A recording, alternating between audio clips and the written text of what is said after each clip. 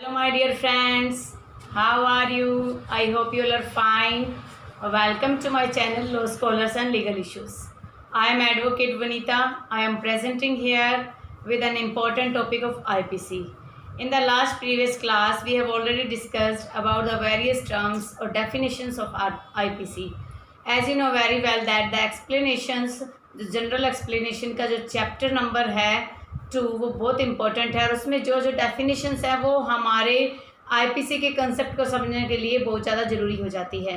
Last class में हमने जो है वो IPC के fraudulently वर्ड तक डेफिनेशन को कवर कर लिया था। हमने डिसऑनेस्टली और fraudulently के बीच में डिफरेंसेस को कवर कर लिया था और आज जो है हम उसके आगे का कवर करेंगे। आई होप मैं आज तक का जो है सिलेबस जितना आईपीसी का हमने करा है वो आपको समझ में आया होगा और उसकी थोड़ी थोड़ी रिवीजन भी हम साथ में करेंगे। और कॉमन इंटेंशन के टॉपिक्स को स्टार्ट करने से पहले जो बाकी एक्सप्लेनेशंस सेक्शन नंबर 32 तक ये जो रिमेनिंग है उसको भी आज हम कवर कर लेते हैं और उसके बाद जो कॉमन इंटेंशन का जो मेन टॉपिक है वो हमारे लिए बहुत ज़्यादा इम्पोर्टेंट हो जाता है, तो उसके लिए एक लेंथी लेक्चर बनेगा और उसको भी अच्छे से हम कवर करेंगे। चलो आज का लेक्चर हम स्टार्ट करते हैं। लास्ट क्लास का हम थोड़ा सा रिवाइज कर लेते हैं। लास्ट क्लास में हमने पढ़ा था रॉन्गफुल गेन सेक्शन 23 में। रॉन्गफुल गेन का मतलब है कि जो कुछ भी हमने गेन किया है किसी प्रॉपर्टी को वो रॉन्गफुल तरीके से, गलत तरीके से उसे गेन किया है जिसके हम हकदार नहीं थे, हम एंटाइटल नहीं थे। रॉन्गफुल लॉस का मतलब है कि हमने अनलॉफुल मीन से कोई प्रॉपर्टी हमारे से लॉस हो गई है जिसके हम लीगली एंटाइटल थे।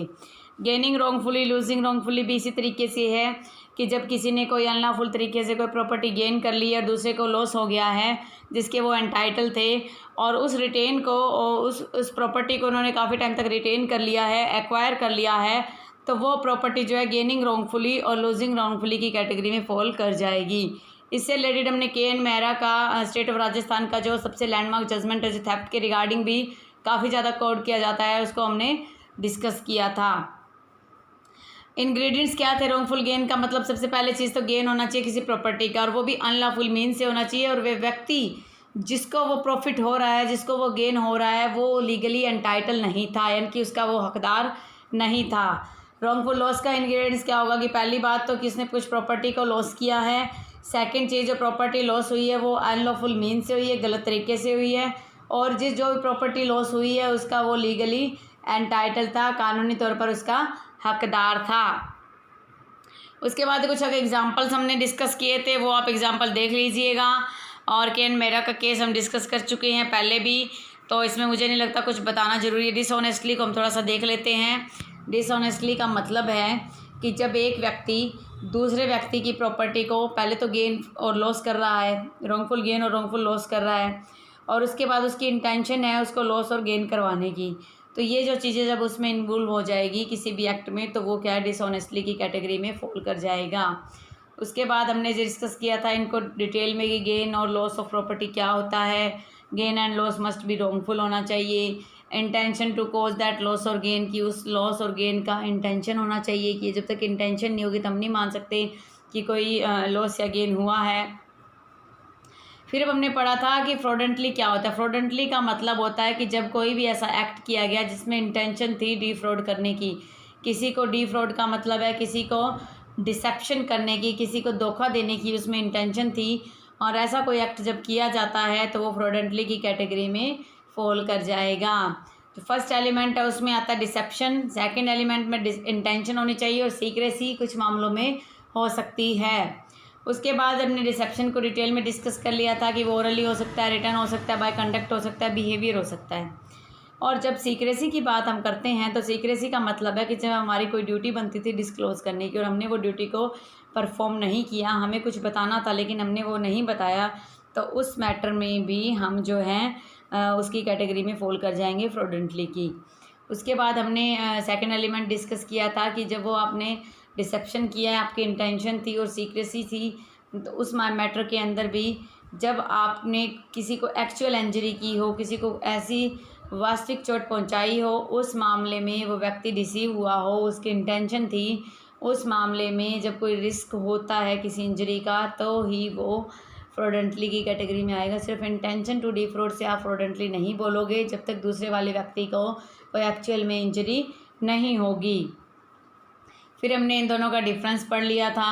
फिर हमने कुछ एक एग्जांपल्स डिस्कस किए थे कि डिसऑनेस्ट एक्ट क्या होते हैं, फ्रॉडुलेंट एक्ट क्या होते हैं, और डिसऑनेस्ट और फ्रॉडुलेंट दोनों एक्ट किसी एक एक्ट में शामिल हो सकते हैं, और कौन से एक्ट ना तो डिसऑनेस्ट की कैटेगरी में आएंगे ना ही फ्रॉडुलेंट की कैटेगरी में फॉल करेंगे। तो ये हमने डिस्कस कर लिया था। उसके बाद आज हम पढ़ते हैं reason to believe. Reason to believe मैंने पहले भी डिस्कस किया था जब हम मेंस rea का कॉन्सेप्ट डिस्कस कर रहे थे। जो मेंस rea का वीडियो है मैंने जो पहले अपलोड किया हुआ है वो आप देख लीजिएगा। जो नए हैं, जो मेरे चैनल पर आज फर्स्ट टाइम इस वीडियो को देख रहे हैं, वो उनसे मेरी रिक्वेस्ट है कि आप मेंस rea का जो कॉन्सेप्ट है वो भी एक बार थोड़ा सा क्लियर कर लीजिए, क्योंकि एक्टस रेस और मेंस रेस दो ऐसे कंसेप्ट अगर वो आपके क्लियर हो जाते हैं तो आपके लिए IPC जो है चुटकियों का खेल बन जाता है, बिल्कुल भी टफेस्ट वर्क नहीं होता। रीज़न टू बिलीव का मतलब है कि एक ऐसा व्यक्ति है, वो रीज़न टू बिलीव माना जाएगा अगर उसके पास सफिशेंट कोज है, उसके पास विशेष तौर पर ऐसा कारण है बिलीव करने का कि ये जो वास्तविक चीज़ है ये वही जो दिख रही है वही है। कहने का मतलब है कि एक व्यक्ति जब किसी बात पर विश्वास कर लेता है तो वो विश्वास उसका रीज़न टू बिलीव माना जाएगा, अगर उस विश्वास के पीछे कुछ रीजंस भी हों तो। एग्जाम्पल आप देख लीजिए, एक वुमन है जिसने मंगलसूत्र पहना हुआ है, तो हम यही सबसे पहले रीज़न टू बिलीव में यही आएगा कि ये कोई हिंदू लेडी हो सकती है जिसने मंगलसूत्र पहना है। सेकंड ये आएगा कि ये जो है मैरिड वुमन है, इसीलिए इसने मंगलसूत्र पहना हुआ है। लेकिन अगर कोई औरत जो है बुर्के में है, अगर वो बुर्के में है तो ये रीज़न टू बिलीव होगा कि वो एक मुस्लिम लेडी है, और जो मुस्लिम लेडी है तो उसने इंटेंशन, अगर मान लो मुस्लिम लेडी है और अगर मान लो कोई हिंदू लेडी ने मुस्लिम लेडी बनकर किसी को कोई डिसेप्शन किया है, किसी को कोई डिसीट किया है, डिफ्रॉड किया है, तो फिर वो व्यक्ति जो है फ्रॉडुलेंटी की कैटेगरी में भी फॉल हो जाएगा। तो ये इसमें कुछ डिस्कस किया गया है।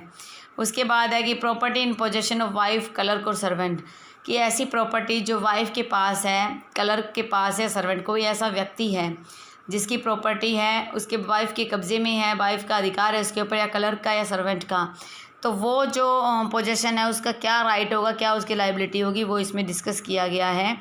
When property is in the possession of A persons wife, जब कोई भी प्रॉपर्टी किसी व्यक्ति की पत्नी, किसी क्लर्क या किसी सर्वेंट के पास है, किसी के सर्वेंट के पास है, और उस व्यक्ति के बिहाफ में, उस व्यक्ति की वजह से, मान लो कि हस्बैंड ने कुछ प्रॉपर्टी उसकी वाइफ को सौंप दी है, उस वाइफ की प्रॉपर्टी के बाद अब ये माना जाएगा कि वो उसके जो है लॉफुल गार्जियन हो जाएगी, उसका पोजीशन उसके पास हो जाएगा। एक व्यक्ति जो है टेम्परली का मतलब है कि हमेशा के लिए नहीं, कुछ टाइम के लिए जो है किसी मौके पर एक क्लर्क की भूमिका निभा रहा है या सर्वेंट की भूमिका निभा रहा है, तो वो भी इसी कैटेगरी में आ जाएगा। मान लीजिए घर का मालिक है, उसने अपने नौकर को कुछ सामान दे दिया, और अब वो मालिक उस नौकर को के पास, मान लो कि एक व्यक्ति है, उसने घर में एक आया रखी हुई है, जब वो घर से बाहर जाता है तो वो अपने बच्चे की केयर के लिए आया को घर की जिम्मेवारी सौंप देता है। अब घर में अगर किसी प्रकार का कोई लॉस होता है या बच्चे का गुम होता है तो सबसे पहली लाइबिलिटी जो है उसी आया पर अराइज होगी, उसी सर्वेंट पर अराइज होगी, उसी क्लर्क पर अराइज होगी। तो सेम जो है लाइबिलिटी अराइज होगी अगर मान लो प्रॉपर्टी इन पोजेशन है, वाइफ के हाथ में है, क्लर्क के हाथ में है, सर्वेंट के हाथ में। उस टाइम आप ये नहीं कह सकते कि ये प्रॉपर्टी मेरी वाइफ के हाथ में थी तो मेरी इसमें कोई जिम्मेवारी नहीं है, लेकिन अगर वाइफ के हाथ में प्रॉपर्टी है तब भी वो व्यक्ति उतना ही लाइबल होगा। जो वर्ड है पोजेशन ऑफ प्रॉपर्टी का, उसका मतलब एक्चुअल पोजेशन भी हो सकता है और कंस्ट्रक्टिव भी। मान लीजिए आपने घर सेल कर दिया, उस घर की जब आपने चाबी उसको दे दी तो वो उसकी कंस्ट्रक्टिव पोजेशन है जो उसको आपने सौंप दिया, और चाबी के साथ साथ आपने अगर उसके घर के कागज़ भी, दस्तावेज़ भी उस व्यक्ति को सौंप दिए तो आप ये मान के चलिए कि वो एक्चुअल पोजेशन था, वास्तविक उसका उस पर कब्जा हो गया। ये जो प्रोविज़न है एक्सप्लिसिट कर रहा है विशेष तौर पे सेल्फ पोजेशन ऑफ प्रॉपर्टी जो है किसी व्यक्ति की जो खुद की प्रॉपर्टी है उस पर ये लाइबिलिटी अराइज नहीं होती। जैसे वाइफ का स्त्री धन जिसे बोला जाता है, जो शादी के टाइम वो अपने मायके से लेके आती है, तो उसका कोई भी अगर एक्ट परफॉर्म होता है तो उसकी लाइबिलिटी उस व्यक्ति की नहीं होगी, उस पर्सन की नहीं होगी जिसकी वो वाइफ है।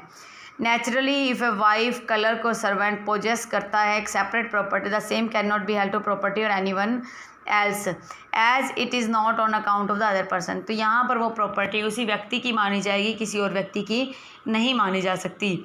मान लीजिए एक माँ है, उस माँ ने अपने कुछ बुक्स वगैरह या अपने कुछ रुपए वगैरह अपने बच्चे को सौंप दिए और वो बच्चा जो है वो अभी बालिग नहीं है, 18 साल से छोटी उम्र का है, तो उसके ऊपर इस प्रकार की कोई लाइबिलिटी अराइज नहीं होगी।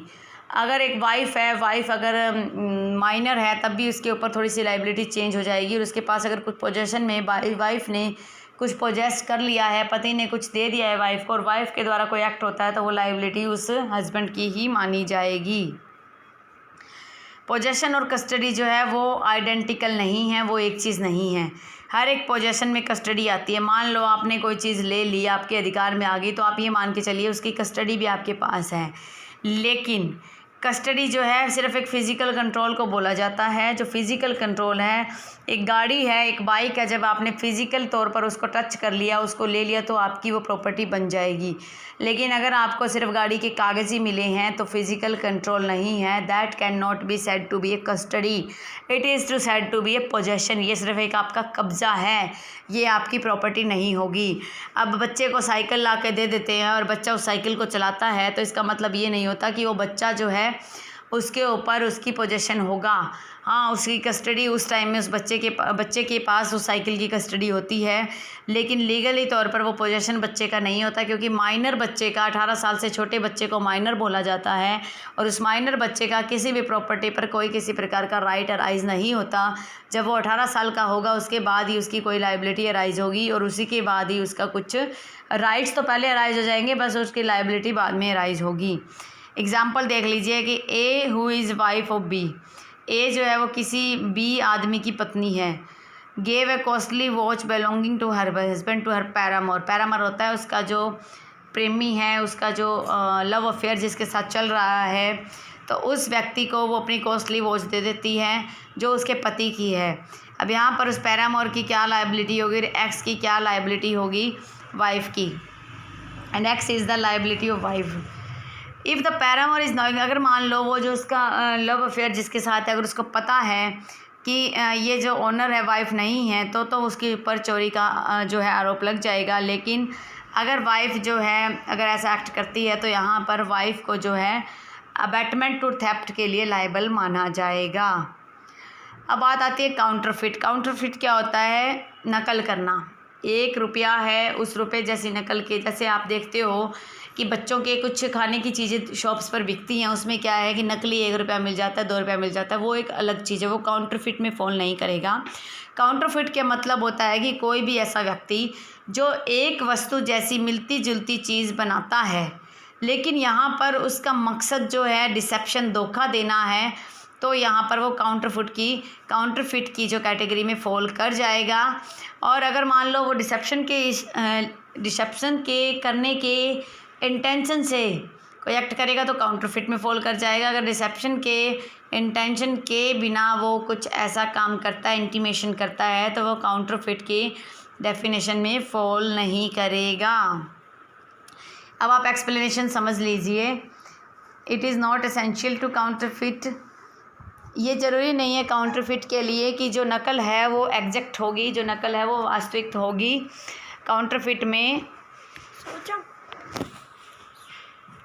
काउंटरफिट के अंदर क्या है कि ये कोई ज़रूरी नहीं है कि जो उसने चीज़ बनाई है वो वास्तविक में उसकी नकल हो। अगर उसने प्रयास किया डिसेप्शन के लिए तो वो काउंटरफिट की कैटेगरी में आ जाएगा। One a person causes one thing to resemble another thing, एक व्यक्ति जो है किसी दूसरे वस्तु की मिलती जुलती चीज़ बनाता है, और जो रिजेंबलेंस है, रिजेंबलेंस मतलब जो मिलती जुलती चीज़ उसने बनाई है उस चीज़ से ये लगता है कि वो व्यक्ति को धोखा दे सकता है, तो ये माना जाएगा कि वो काउंटरफिट उसने किया है।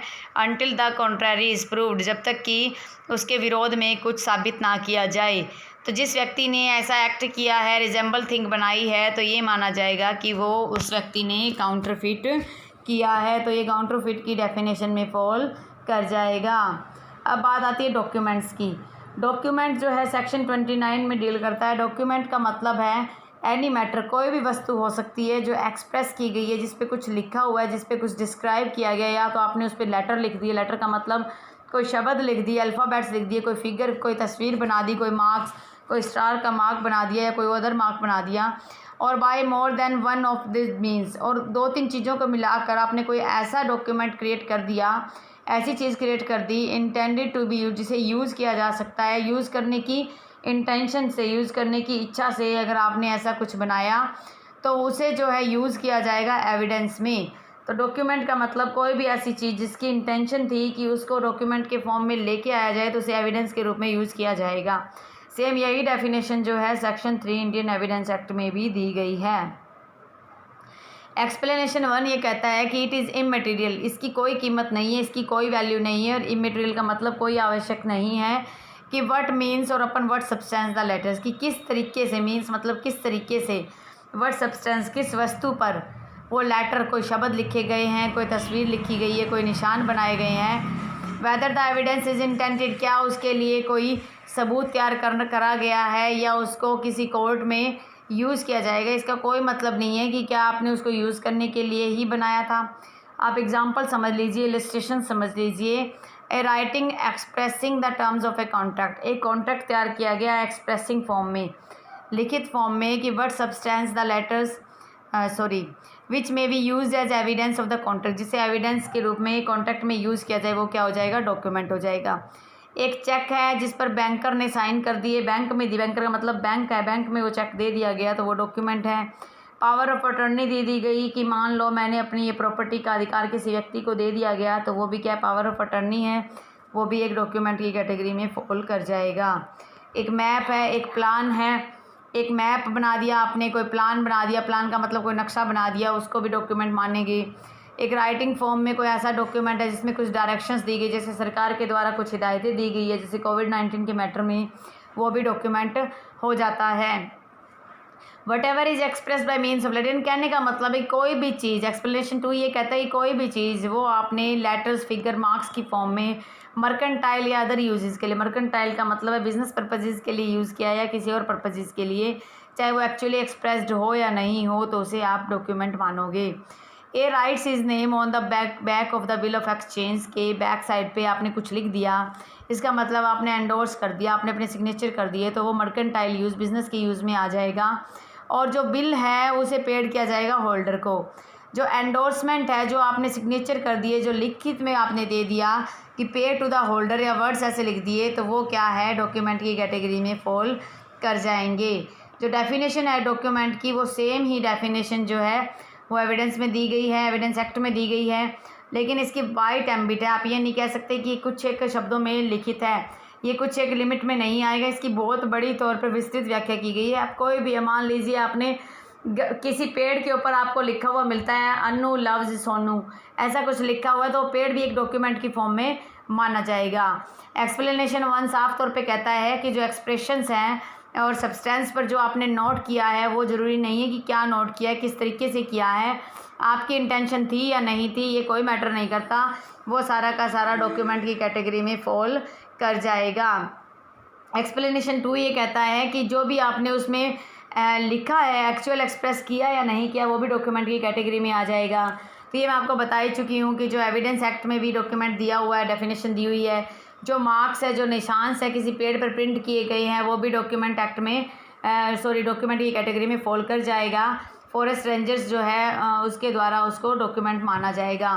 करेंसी नोट्स, जो नोट्स हैं वो भी डॉक्यूमेंट की कैटेगरी में माने जाएंगे। और जो पोस्टमार्टम रिपोर्ट है, किसी व्यक्ति को मरने के बाद जब उसका चीर फाड़ कर दिया जाता है और उसका पता लगाया जाता है कि इसकी रिपोर्ट किस तरीके से उसकी डेथ हुई, वो भी पोस्टमार्टम रिपोर्ट भी डॉक्यूमेंट की कैटेगरी में आ जाएगी।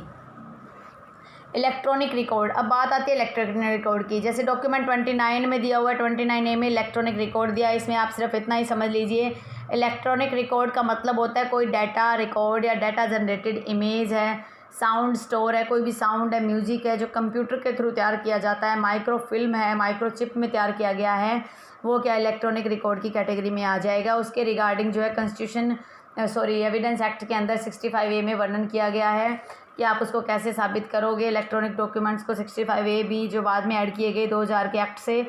और जो सेक्शन 2(1) का जो T है, इंफॉर्मेशन टेक्नोलॉजी एक्ट 2000 में आया, उसके बाद इसको ऐड किया गया है।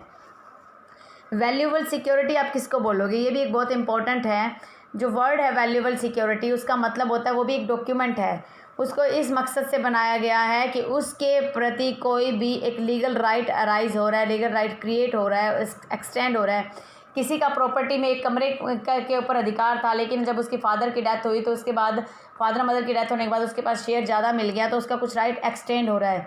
या एक बाप है, मर रहा है और मरते मरते वो अपनी प्रॉपर्टी अपने बच्चे के नाम कर जाता है, तो वो राइट ट्रांसफ़र हो रहा है। या किसी व्यक्ति ने विल बना दी और विल में ये कह दिया कि मेरे इस बेटे को ये राइट नहीं मिलेगा, इतनी प्रॉपर्टी नहीं मिलेगी।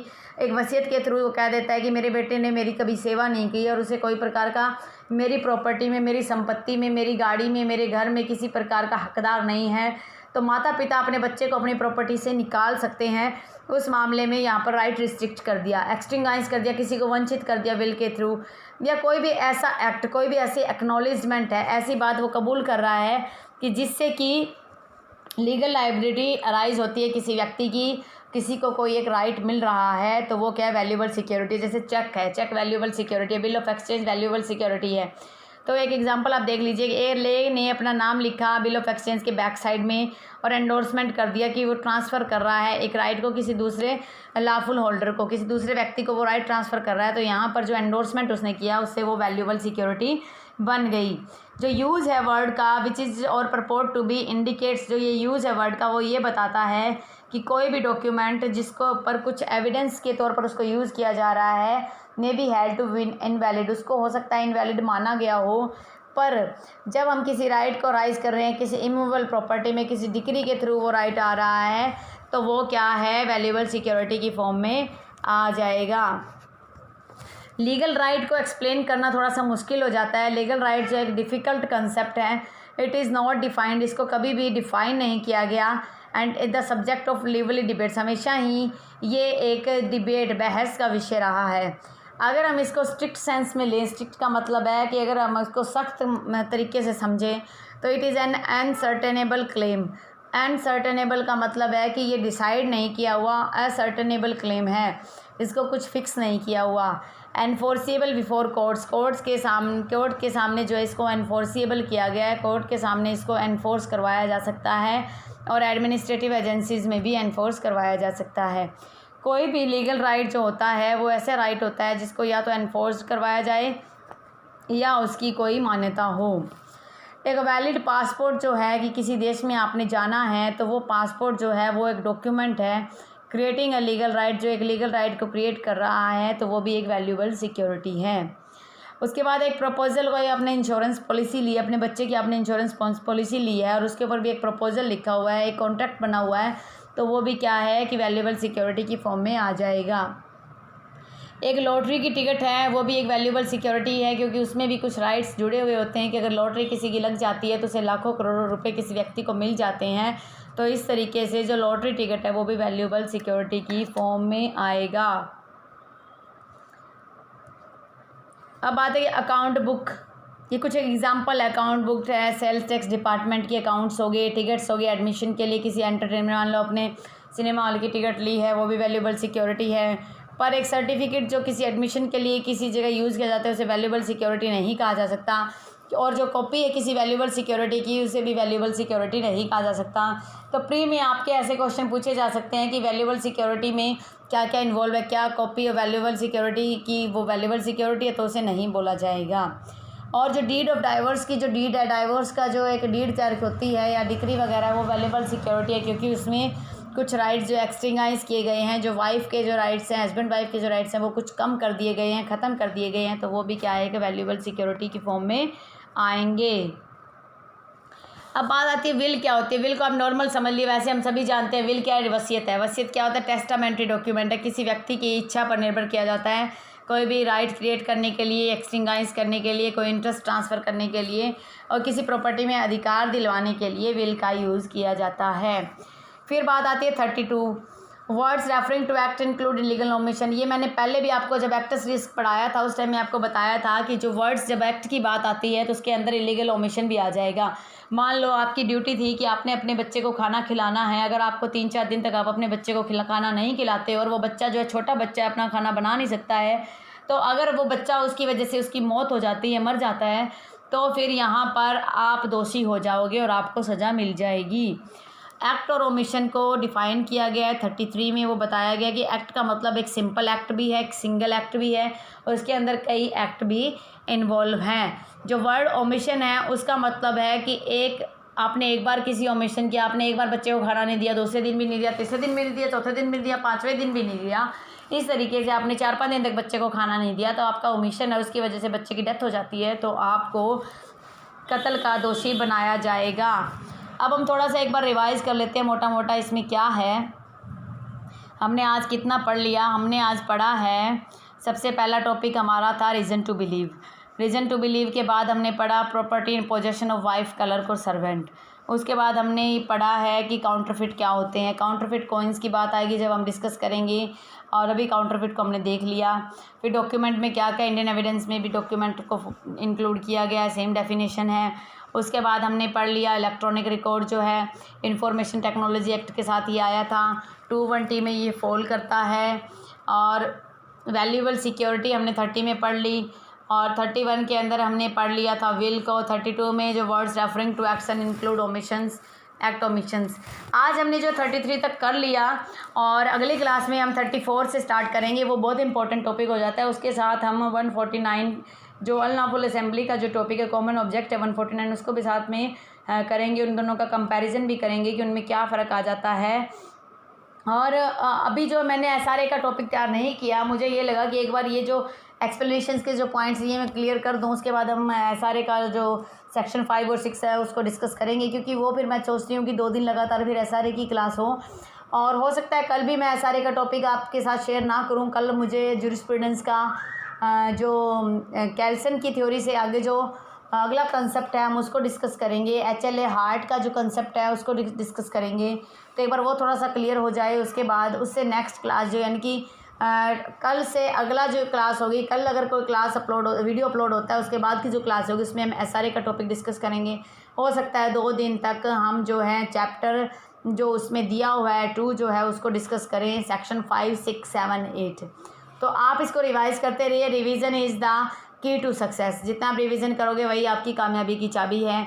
आज अगर हम बच्चे को पढ़ा रहे हैं, आजकल जो ऑनलाइन का सिस्टम चल रहा है, और जब बच्चे पढ़ाई नहीं करते, बच्चे रिवीजन नहीं करते, तो उनके जो एग्ज़ाम क्लियर नहीं हो पाएंगे। और अगर उनके एग्ज़ाम क्लियर नहीं हो पाएंगे, आप ये मान के जब छोटे बच्चे का एग्ज़ाम रिवीजन के बिना क्लियर नहीं हो पाता, तो हमारा एग्ज़ाम कैसे क्लियर हो जाएगा। तो हमारे लिए भी रिवीजन बहुत ज़रूरी हो जाता है, तो हमें भी डेली रिवीजन करते रहना चाहिए, और रिवीजन जो है उससे ही हम कामयाबी तक पहुँच सकते हैं।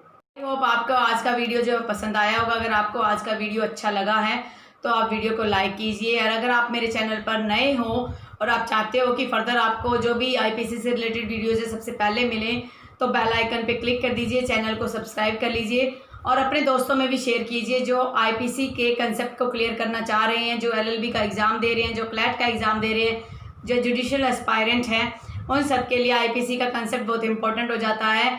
और जो ऐसे कुछ स्टूडेंट्स हैं जिन्होंने LLB कर लिया और वो भी एडवोकेसी में जाना चाहते हैं, प्रैक्टिस करना चाहते हैं, उसके लिए तो IPC का कंसेप्ट और भी ज़्यादा इम्पोर्टेंट हो जाता है। और कोरोना का इश्यू जो है बहुत ज़्यादा बढ़ चुका है, तो मेरी आपसे यही रिक्वेस्ट है कि आप जो अपना ध्यान रखिए, घर पर रहिए, बच्चों का ध्यान रखिए, घर में बुज़ुर्ग हैं उनका ध्यान रखिए, और जितना कम हो सके उतना बाहर जाइए, बच्चों को बाहर खेलने भी मत जाने दीजिए, क्योंकि जितना आप ध्यान रखेंगे उतना ही उनकी हेल्थ के इश्यू से आप बच पाएंगे। Stay home, stay safe, stay healthy.